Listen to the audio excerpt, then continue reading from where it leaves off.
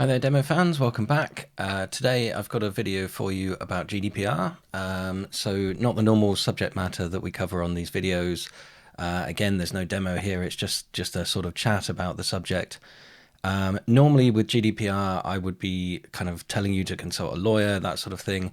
What we're discussing today isn't an opinion. I'm just showing you what has happened, the fines that are out there, and some examples of what may or may not be compliant. So the title of the video, you are probably in breach of GDPR. This is based on just using the internet. Most people are doing the thing that companies have been fined for. So why is this important? Firstly, your customers.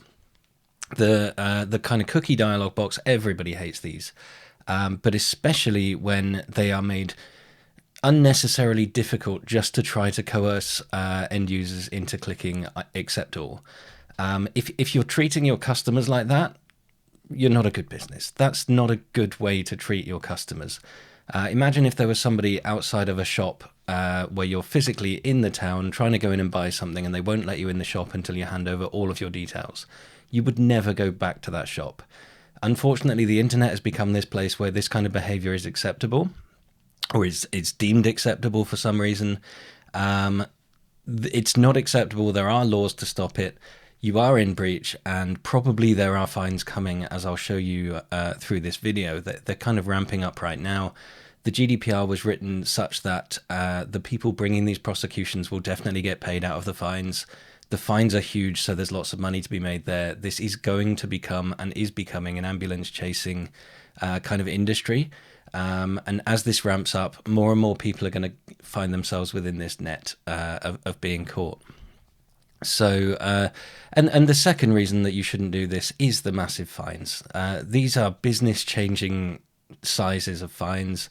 The quantities of money involved are designed such that it should be putting you off of breaking this law, so that you really think twice. So this will definitely change your business. It could potentially close your business if you get some of the bigger fines. That's designed into the law on purpose. The idea here is compliance. It's not to try and dodge it. It's to try and force people into being good citizens. So with that, I'll kind of dive into some information online. So what I've done here is just I've searched for the biggest fines in recent times, and it comes up with this page at Tessian.com. I'll put the link down in the description. The first one here is Amazon were fined 746 million euros, and how the fine could have been avoided. It's tempting to force users to click agree, but they were forced to do something else. The third one, again, it's Google. They are forcing people into clicking agree. This next one, again, the cookie consent interface for Facebook. No option to accept just the good cookies, and again Google on that next one. And these are huge fines that these have been given. Some of them are being contested. It's unlikely that they're going to win. What we can see here in the GDPR enforcement tracker, again I'll put the link in, these fines are growing over time. It's likely that the really big fines took a while because the bigger companies have got enough money to pay for lawyers, but they are losing these cases after a lengthy kind of court battle. So we can see the fines ramping up over time. And what we can see here again is the cumulative number of cases being brought is gradually rising, and will probably become exponential. So we'll dive into some examples. The ICO has a accept all button and a reject all button. Really straightforward. This is the Information Commissioner's Office. This is what they do. Surprise, surprise, Facebook actually has one of the most compliant that I found while I was looking for this stuff. Interestingly, they also have a reject all. This might be down to the fact that the Facebook site is effectively unusable until you've signed in, given them your information, and created an account. So they don't really need to track you in that way. But it's good to see that a company like Facebook, which is renowned for invading privacy and all of those sorts of things in online news, actually do take this stuff seriously. They do have good policies in place, and their website is not really anti-consumer from this perspective. Then we'll move on to Amazon. So Amazon probably don't really need to track you around the internet. They can kind of see what you're buying. They've got a great window into your life. But here again, this is where we start to see a slip. There's the accept all cookies button, and then there is the customize your preferences. And you have to go in and you have to read this stuff and work out what you want. Then you have to hit the save preferences button, which is not highlighted in the same way as the accept all button. And that's kind of problematic. That's what those fines were talking about. If you read into the text of those, it explicitly calls out the fact that it's harder to reject cookies. It's harder to choose your cookies than it is to just accept all and carry on with your day and allow somebody to track you. And that's the thing that makes this illegal. That's the thing that people are being fined for, is coercing users just through kind of laziness, or carrying on with things the quickest way they know how, just training them to click that OK button, get on with things. Don't worry about what we're doing at the back end. It's fine. The reality is it's not fine. You're illegally tracking somebody, and probably at some point you're going to be brought up on those charges.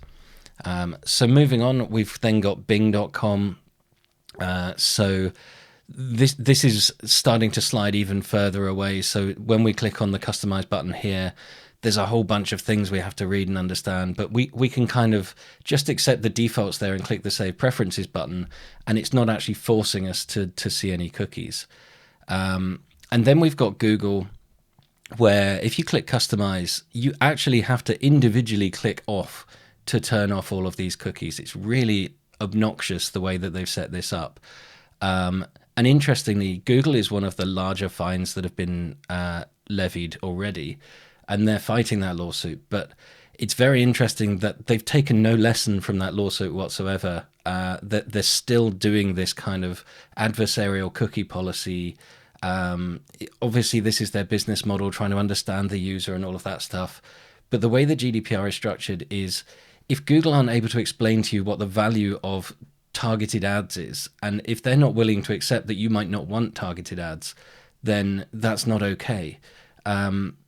Realistically, most of us are actually kind of fine with that, because I get really good search results from the search engine in return for, yes, you're following me around and you might be showing me more adverts, but if I'm a cyclist and I search for something and a bike advert comes up, that's fine. I'm a cyclist. I like seeing bike adverts. And if it helps that Google knows that I'm a cyclist, that I've been on a cycling forum or something like that, okay, that's sort of a fair trade in my opinion. You might think differently, and that's why this law is important, that it has to be a personal choice to see that. And if I am a cyclist and I go to loads of cycling websites and it shows me an advert for baby products, and I have no kids, don't even have a wife or whatever, then that's on me, because I've said I don't want you to track me, show me random adverts, which the highest bidder is going to show me. Then yeah, I'm going to get some really irrelevant adverts, but at least I'm not being tracked through my life. So and please bear in mind, some of these are actually the better examples on the internet. If you go to certainly a lot of media outlets set up their cookies so that by default it's accepting, that's actually another level of breaking these rules. So the opt-out should be the default option in all of these. So if you've got your website set up so that all of these options are set to on, or even worse, I'm sure you've all seen this on some news websites, where not only do you have to change everything from on to off, but they go into individual advertisers and you have to say, no, I don't want that one advertising, I don't want that one. And it can take 10 minutes to go through those options sometimes, to the point where it's not worth using that website. And going back to my first point about why this is important, if you're treating your users like that, they're not going to be your users. Those people are going to go elsewhere, find that content somewhere else. And just because you've clickbaited or search engine optimized to get your links at the top of that web page, if I click on your website and then see that and immediately click off of it, there's no value there, and your advertisers will eventually leave you anyway. And we can see that people are getting wise to these things. People are not just clicking OK, accept, move on. People are starting to leave businesses and to really understand that their privacy is important, their privacy is valuable, their data is valuable. So as time goes on, this is going to become a much bigger issue. So hopefully that was interesting to you. Hopefully you've learned something, and hopefully your company's website does not suffer from these things. As I said, this is just some information. Hopefully you can go and check that, have a word with your web teams, with your advertising teams, and together we can kind of get this sorted and clean up the internet and make it more usable for everybody. I've got some more videos around GDPR coming up, so please hit the subscribe button down below if you like this content. Hit the like, and if you've got any comments or thoughts about cookie consent policies or how these things work, or examples of particularly good or bad ones, please put them in the comments and share them with the rest of us. It's a really interesting conversation that I'd like to have. So thanks very much. I'll see you next time.